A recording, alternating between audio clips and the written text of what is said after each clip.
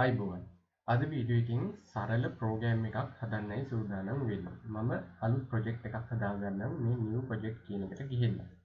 මම මේකට නමක් දෙනවා calculate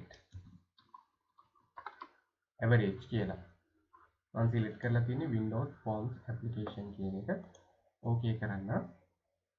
මෙන්න අපේ form එක අපිට හැදිලා තියෙනවා. අපිට මේක ඩිසයින් කරගන්න වෙනවා මෙතනදී. මම මේක පොඩ්ඩක් මේ විදිහට ලොගෝ කරගන්න. මේක ලොගෝ කරගෙන මම මේකට නමක් දෙන්නම්.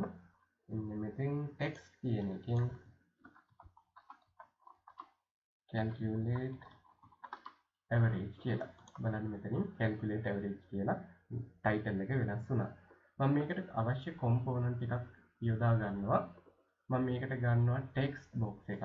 මෙන්න මේ විදිහට text box එකක් ගත්තා. ඊට පස්සේ මට පුළුවන් තව text box එකක් මේ විදිහට ගන්න.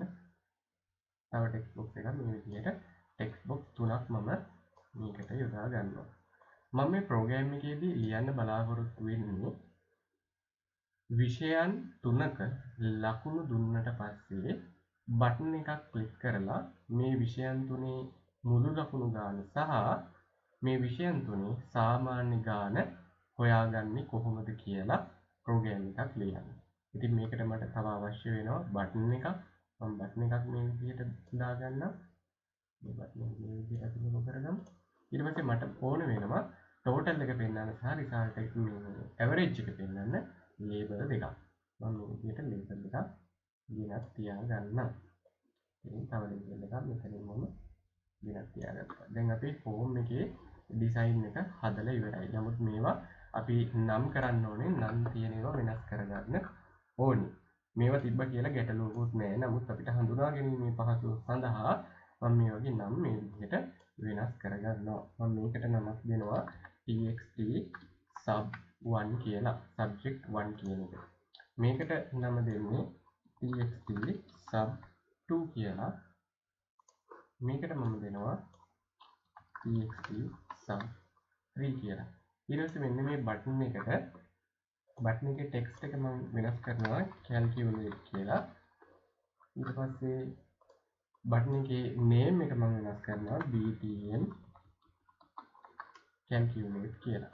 ඊට පස්සේ මේ label වල පළවෙනි label එක මම වෙනස් කරනවා නම lbl total කියලා. මොකද මෙතන මට total එක පෙන්වන්න ඕන නිසා මම මෙතන text එක වෙනස් කරනවා total කියලා. එතකොට මේ ප්‍රෝග්‍රෑම් එක ඉස්සර වෙලාම රන් වෙනකොට මෙතන total කියලා වැටලා තියෙනවා. හරි. මේ label එක select කරලා මේකේ text එක මම වෙනස් කරනවා average කියලා. ඊට පස්සේ name එක වෙනස් කරගන්නවා lbl average කියලා. හරි. මේකේ මෙතන අපිට කරන්න තියෙන දේවල් ටික කරලා ඉවරයි. අපි යමු කෝඩ් කරන්න. කෝඩ් කරනකොට මට පුළුවන් මෙන්න මේ බටන් එක ඩබල් ක්ලික් කරලා කෝඩ් එකට යන්න. හේතුව තමයි මේ බටන් එක ක්ලික් කරාට පස්සේ තමයි අපිට ටෝටල් එක ගන්න ඕන වෙන්නේ, ඇවරේජ් එක ගන්න ඕනි වෙන්නේ. ඕනි නම් අපිට බටන් දෙකක් මෙතනට දාලා එක බටන් එකක් එබුවාම ටෝටල් එක ගන්න, අනිත් බටන් එක එබුවාම ඇවරේජ් එක ගන්න පුළුවන්. නමුත් මම එක බටන් එකෙන්ම ටෝටල් එක සහ ඇවරේජ් එක මෙතනදී ගන්නවා. මම ඩබල් ක්ලික් කරන්න මෙන්න කෝඩ් එකට ආවා. මම මෙතනදී variables ටිකක් පාවිච්චි කරනවා. පළවෙනි variable එක මේ විදිහට හදාගන්නම් මම dim sub1 කියලා. sub1 එක as integer. මේකට මම සමාන කරන්නේ txt sub1.text කියන එක. මෙහෙම ගත්තාම අපිට text එකක් එන්නේ. ඒ නිසා මම මේක මොකද කරන්නේ? මෙන්න මේ විදිහට වරහනක් දාලා val කියන එක මෙතනට ගන්නවා. මේකේ තේරුම තමයි මම කලින් වීඩියෝ වලදී කතා කරා මේ පළවෙනි ටෙක්ස්ට් බොක්ස් එකේ තියෙන value එක කියන අදහස. මම මේකම මේ විදිහට කොපියක් අරගෙන අනිත් variable දෙක හදා ගන්නම්. මෙතනට එන්නේ එතකොට sub2 කියලා. එතකොට මෙතනට එන්නේ txt sub2 කියන එක. මම අනිත් variable එකක් මෙහෙම හදා ගන්නවා. sub3 මෙතන පුළුවන් txt sub3.x කියලා දාන්න. දැන් variables ටික හදාගෙන ඉවරයි. අපිට තියෙන්නේ calculation එක කරන්න. මට මෙතනදී පුළුවන් පළවෙනි label එකේ total එක පෙන්නන්න ඕනේ අපිට. ඒ නිසා මම මෙතනට label එක ගන්නවා. මෙතන suggest කරලා පෙන්නනවා LBL total කියලා.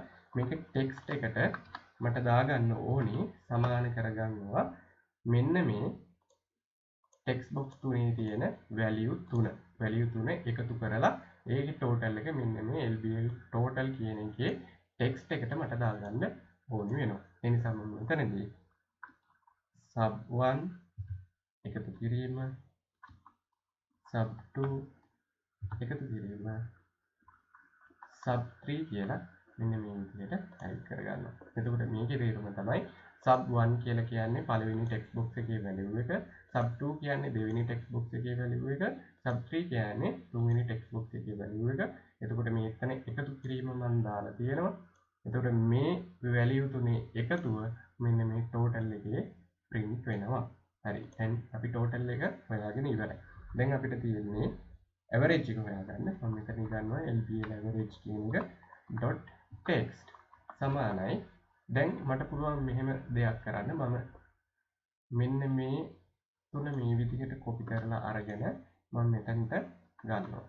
අරගෙන මම මෙන්න මේ විදිහට වරහනක් දාලා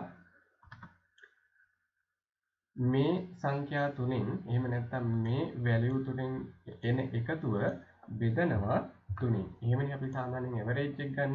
සම්පූර්ණ ලකුණු එකතු කරලා තියෙන subject ගානෙන් තමයි බෙදන්නේ. ඔන්න එතකොට average එක ගන්න පුළුවන්කම තියෙනවා. දැන් අපි program එක ලියලා ඉවරයි. මම තව විදිහක් කියන්නම් මේකේ program එක run කරලා පෙන්නලා.